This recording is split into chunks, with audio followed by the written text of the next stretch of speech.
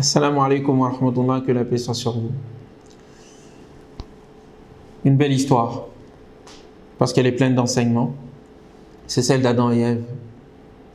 Nous étions au paradis et nous étions en train de voir les raisons pour lesquelles désobéissance il y a eu et de quelle manière le diable a rusé. Ils sont dénudés. Existentiellement, il y a une baisse de niveau, un niveau qui descend. Oui, ils ne ressentaient pas la faim, ils ne ressentaient pas le froid, ils ne ressentaient pas la soif, ils ne ressentaient pas la chaleur. La désobéissance et l'arbre mangé feront qu'ils descendront de position, de positionnement spirituel et de position existentielle. De cela, de cette position-là, le diable aussi sera chassé, cela a été dit. Et le diable voudra que sa chute, qui le transforma en diable, en démon, soit aussi celle d'Adam et Ève qui chuteront de la position dans laquelle ils se trouvent. C'est l'histoire de chacun d'entre nous, l'histoire de toute l'humanité. Lorsque il y a une lieutenance, il y a une position de force et d'autorité qui est donnée, un certain nombre de péchés et d'erreurs peuvent nous faire tomber de notre piédestal, nous faire descendre et nous faire enlever la protection qui était la nôtre. Il en va même sur le point de vue spirituel, lorsque spirituellement nous nous élevons, comme c'est le cas, je l'espère, pour chacun et chacune d'entre nous durant ce Ramadan, eh bien un péché peut à un moment donné nous faire tomber, et nous le sentons. Nous le sentons, nous, lorsque nous sommes pleins d'élan, pleins de belles pensées, pleins de belles intentions, pleins de bonnes actions, lorsque nous sentons la légèreté de notre cœur nous faire élever, lorsque nous sentons la lourdeur nous quitter et que tout d'un coup une erreur, un péché grave ou moins grave, en tous les cas un péché, une désobéissance a lieu, nous voyons tout d'un coup une sorte d'alourdissement, nous nous sentons mal, notre cœur se serre, nous ne nous sentons pas bien, nous ne sentons plus l'élan qui nous poussait vers le meilleur de nous-mêmes. Vous comprenez? Cette analogie peut nous faire comprendre un peu ce qui s'est passé avec Adam et Ève dans leur paradis. Dans ce paradis où ils étaient au-dessus des manquements, le péché va les faire descendre de leur piédestal. Il y aura une chute. Elle est symbolique, elle est aussi réelle. Et donc la faim, le froid, la soif, les manques du corps se font ressentir. Nous nous cachons, nous nous habillons, nous essayons de prendre les arbres, les feuilles du paradis, puisque l'habillement n'est plus, puisque la protection n'est plus pour nous protéger. Ils sentent immédiatement les conséquences de leur péché, de leur erreur, et ils demandent pardon. Ici, il faut innocenter Ève, car l'histoire, effectivement, inventée, falsifiée de cette histoire, la falsification que cette histoire a subie, vise à gâcher, vise à transformer, vise à falsifier la conscience de l'humanité. Dénigrer Ève, c'est dénigrer l'humanité. Falsifier cette histoire, c'est falsifier la mémoire spirituelle et symbolique de l'humanité. L'être humain a péché, certes, mais n'était pas un pécheur, dans le sens où ça n'est pas intrinsèquement lié à sa nature. Il n'y a pas de péché originel. Ève n'a pas poussé Adam à ce péché, puisque le Coran dit clairement que c'est Adam qui s'est laissé aller et qui a écouté au fond le diable qui lui parlait. Et que Ève, son erreur a été de suivre aussi son mari, son époux, sa paire, puisqu'ils sont deux ensemble et sont solidaires l'un de l'autre. Les deux ont donc désobéi. Très bien. Ève n'y est pour rien. Par contre, ils sont responsables. Il y a responsabilité lorsqu'il y a des limites. Et s'il n'y a pas de limite, il n'y a pas de liberté. S'il n'y a pas de liberté, il n'y a pas de responsabilité. Pour que la lieutenance de Dieu puisse être éprouvée sur terre, il faut qu'il y ait le choix entre l'obéissance et la désobéissance, entre le bien et le mal. C'est parce qu'il y a des choix qu'il y a la liberté, et c'est parce qu'il y a liberté qu'il y a responsabilité. Est-ce que Dieu était obligé de sortir Adam et Ève alors qu'il les a pardonnés, comme nous allons le voir tout à l'heure, du paradis? Non. Cependant, est-ce qu'une leçon aurait pu être tirée afin d'accompagner les pas de l'humanité dans leur exercice de lieutenance de Dieu sur terre, de civilisation de la terre, et d'adoration de Dieu à travers la vitalisation et la colonisation de la terre au nom des principes divins cosmiques? Non. Il fallait qu'il y ait cette erreur. Et cette erreur n'est pas fatale. Et qu'il y a moyen et toujours possibilité de dépasser. De même que les anges ont voulu enfermer, et le diable ont voulu respectivement enfermer l'être humain dans ce qu'ils considèrent être sa nature intrinsèque, le divin nous montre que le propre de l'être humain, c'est le dépassement du péché, car Dieu lui-même est le tout transcendant. C'est parce que Dieu est absolu et au-delà de tout est transcendant que l'être humain alors peut se dépasser infiniment vers lui. Et le pardon permet ce dépassement.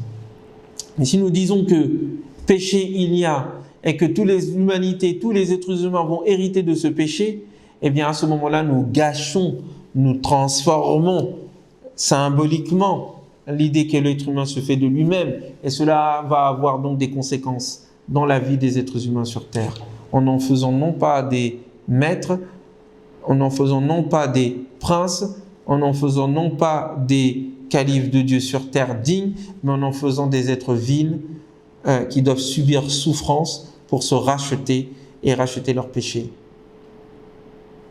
Vous voyez la vision et la différence qu'il y a ici entre ces deux histoires, l'une coranique et l'autre biblique. L'autre fait de l'être humain un lieutenant et dit que son péché a été effectivement une erreur, mais que cette erreur est dépassée par la demande du pardon et par le pardon accordé par Dieu. Alors que dans l'autre histoire, le péché n'est pas pardonné et qu'il va ensuite se poursuivre sur l'ensemble de la descendance de l'humanité, d'Adam, plongeant ainsi toute l'humanité dans le péché. Vision négative de l'être humain ici et de sa nature en faisant un être coupable. Vision positive de l'être humain ici en faisant un lieutenant de Dieu et le sujet du pardon divin. Deux visions, deux conséquences. Cette histoire est importante. Sa réinterprétation, ou plutôt le fait qu'il soit raconté dans son originalité et à sa source originelle par le Coran, permet de délivrer les êtres humains de l'idée de péché, de l'idée de dénigrement de l'être humain, alors que c'est un être digne en tant que tel, hommes et femmes. Mais il faut prendre ses responsabilités. Et l'arbre a servi d'épreuve pour que cela soit une leçon pour l'humanité.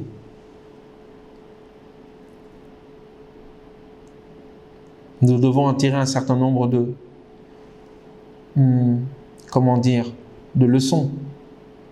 La première des choses, l'être humain est digne.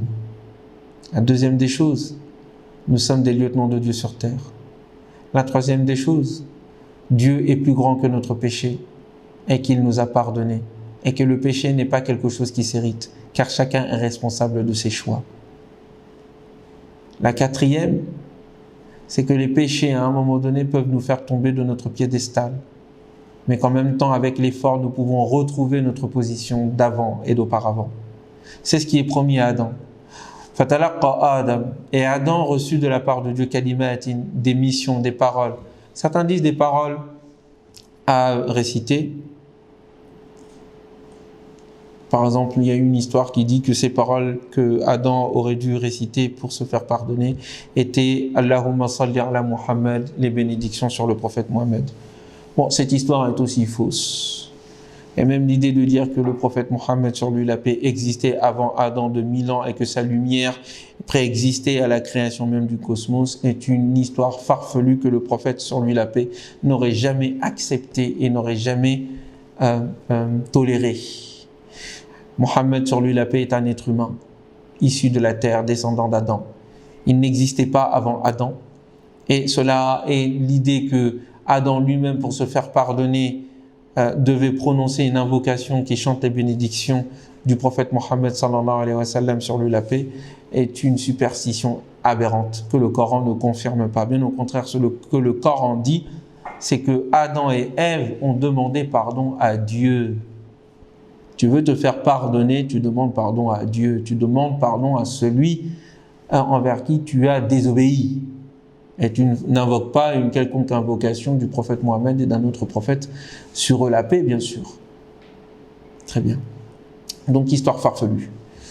Mais qui sert au fond à judéiser ou surtout à christianiser l'islam en faisant du prophète Mohammed sallallahu alayhi wa sallam un presque Dieu afin de justifier la préséance et la supériorité de ceux qui s'en réclament à travers sa descendance ou de ceux qui s'en réclament à travers sa sainteté. Car l'idée, c'est tout simplement de fonder une église ou de fonder un pouvoir spirituel ou un pouvoir symbolique qui va dominer les êtres humains.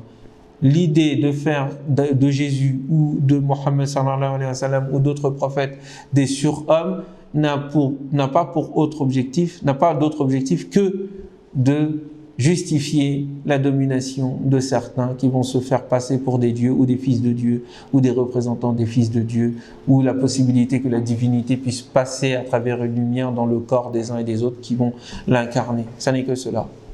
Revenons donc. Adam n'est pas un ange. Adam n'est pas une bête. Adam est un être humain qui a la lieutenance, qui peut faire des erreurs, et qui est objet, en tous les cas, de la miséricorde divine quant à son pardon, et qui est donc capable de dépasser ses erreurs, car il y a en lui l'Esprit de Dieu insufflé. Cet Esprit de Dieu insufflé n'est pas l'Esprit de Dieu dans le sens où nous le comprenons, c'est-à-dire sa vie, l'âme de Dieu. Il ne s'agit pas de ça. C'est un esprit, une créature de Dieu, mais qui est affiliée à Dieu lui-même, comme on dit la créature de Dieu. La création de Dieu, la maison de Dieu, ça ne veut pas dire que Dieu y habite, ça veut dire que cette maison est affiliée à Dieu. Eh bien, l'esprit de Dieu est affilié à Dieu. Non pas que cet esprit est issu de son essence, mais c'est une création divine. Bref, insufflé en lui, et qui est affilié à Dieu et à son ordre. Et c'est ce que porte l'être humain. Et c'est ce qui fait que c'est un être créatif et créateur. C'est ce qui fait qu'il a de l'imagination. C'est ce qui fait qu'il crée, qu'il nomme les choses. Et qu'en nommant les choses, il les recrée, il leur donne un sens nouveau. Et qu'il crée ainsi la civilisation. Qu'il façonne la nature selon son bon vouloir. Et qu'il le façonne selon les principes divins ou pas. S'il les fait selon les principes divins, cela devient une civilisation qui construit et qui améliore la création, et s'il le fait en désobéissance ou en dehors des principes divins, alors ça devient une civilisation qui détruit et qui, au fond, casse la création et sème la corruption et verse le sang, ce qui obligera l'intervention divine à travers l'intervention donc du propriétaire de la terre dont on a la gestion, qui va intervenir pour en chasser celui à qui il a donné cette gestion et cette responsabilité pour le donner à quelqu'un d'autre, un autre calife. Le mot calife ici, il faut aussi l'indiquer, veut dire celui qui remplace, celui qui succède, celui qui est successeur. Et d'ailleurs, dans le mot succès, le succès, il y a le fait de succéder, il y a le fait d'être le successeur. C'est celui qui a le succès qui succède. Et lorsqu'il succède et qu'il n'est pas à la hauteur de son succès, il régresse, il descend, il est remplacé par un autre à qui il sera donné le succès afin qu'on puisse voir ce qu'il fera. La notion de khalifa condense tout cela. L'être humain a été choisi et sa descendance sont le fruit d'une épreuve de lieutenance qui va faire que certains vont être les lieutenants par rapport à d'autres qui sont là, seront ensuite remplacés par d'autres qui vont aider l'humanité à accomplir sa mission sur Terre. Alors que potentiellement c'est la mission de chacun d'entre nous. Mais les uns par rapport aux autres, d'autres seront plus avancés dans cette lieutenance que d'autres et donc mériteront le succès et donc de succéder et donc d'être les califes jusqu'à ce que, à un moment donné, il y ait chute et lorsqu'il y a chute, il y a remplacement. Voilà ce que l'histoire d'Adam et Ève nous condense ici. Et donc, ils vont être pardonnés. Il n'y a pas de péché originel. Mais ils sortiront de ce paradis. Ils sortiront de cette position existentielle supérieure pour vivre la position existentielle, non pas inférieure, mais normale, en tout cas qui est la nôtre. Et la vie sera l'épreuve qui prouvera que l'être humain mérite d'être le lieutenant de Dieu sur terre, et donc une deuxième chance leur sera donnée. Après que la première chance fut gâchée, des leçons seront tirées, et Dieu dira « Ihbitu » descendez donc, descendez. Descendez-y. Je n'ai pas le temps de rentrer dans beaucoup de détails. C'est une histoire qui doit être condensée, mais le mot ihbat ou hubut, ici dans le Coran, doit être compris comme étant non pas la descente physique, ils sont descendus, mais dans la descente symbolique. Elle est semblable, c'est le même terme qui va être par exemple utilisé lorsqu'il s'agira des pierres. Lorsque Dieu nous dit et leurs cœurs s'endurcis et fut dur plus que la pierre elle-même. Car il y a des pierres d'où coulent des rivières et des pierres qui tombent, qui yahbitu min khashyatillah, par crainte de Dieu. Et ici le hubut, ici la pierre reste la pierre bien sûr, mais c'est le changement de position, le changement à un moment donné, spirituel. C'est une transformation, c'est une évolution. Elle n'est ici que symbolique. Et cette transformation peut être une élévation, hubut, ou une descente aussi, hubut. Al-Muhim, je ne veux pas rentrer dans les détails linguistiques et j'ai peur de nous perdre un peu dans un certain nombre de choses que nous ne maîtrisons pas pour l'instant. Ou du moins, tant que toute l'histoire ne sera pas contée. En tous les cas, une deuxième chance sera donnée donc à Adam et à Ève. La confiance sera renouvelée et une promesse sera faite. Donc il nous dit déjà que la terre sera un lieu aussi d'adversité. Un lieu d'adversité.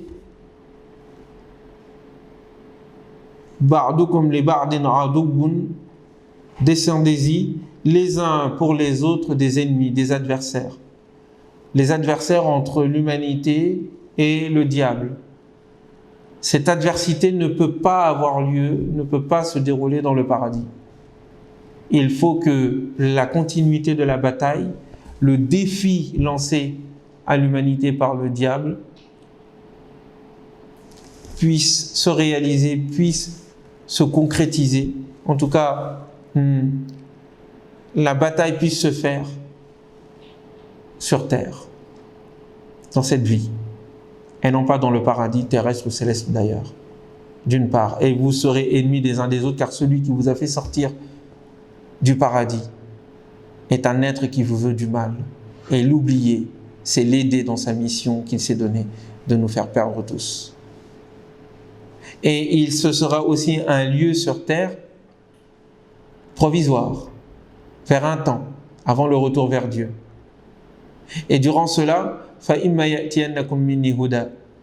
une guidance vous sera donnée. Cette guidance vous servira de voie, de lumière pour vous orienter, pour éviter ces différentes erreurs, afin de retrouver la position qui était la vôtre dans le paradis. Et celui qui suivra ma voie, ils n'auront aucune crainte. Cette peur qui vous a fait sortir du paradis, vous ne l'aurez pas. Cette tristesse que vous ressentez de votre sortie du paradis, vous ne le recevrez plus, vous ne le ressentirez plus. Et celui qui se détournera de ma voie, celui-ci aura à ce moment-là le châtiment en termes de récompense, en tant qu'être responsable que vous êtes. Voilà l'histoire de l'histoire. Nous la recommençons tous les jours. C'est la relation permanente entre nous et le diable qui est en fait un loup pour l'homme. Ce n'est pas l'homme qui est un loup pour l'homme, c'est le diable qui est un loup pour l'homme. Et le fait d'oublier le diable en tant qu'ennemi nous fait nous diviser les uns contre les autres et nous prendre les uns pour les autres comme étant non pas de la même famille, mais issus de races ou d'origines différentes et opposées. C'est la ruse du diable. C'est cette ruse-là qui fait que nous considérons la femme comme un être diabolique et un être à maudire, un être inférieur. C'est cette ruse-là qui nous fait croire que la diversité de nos couleurs sont le fruit, d'une malédiction. C'est cette ruse-là qui nous fait croire que les différences socio-culturelles et économiques sont des raisons d'animosité et des raisons de guerre les uns contre les autres.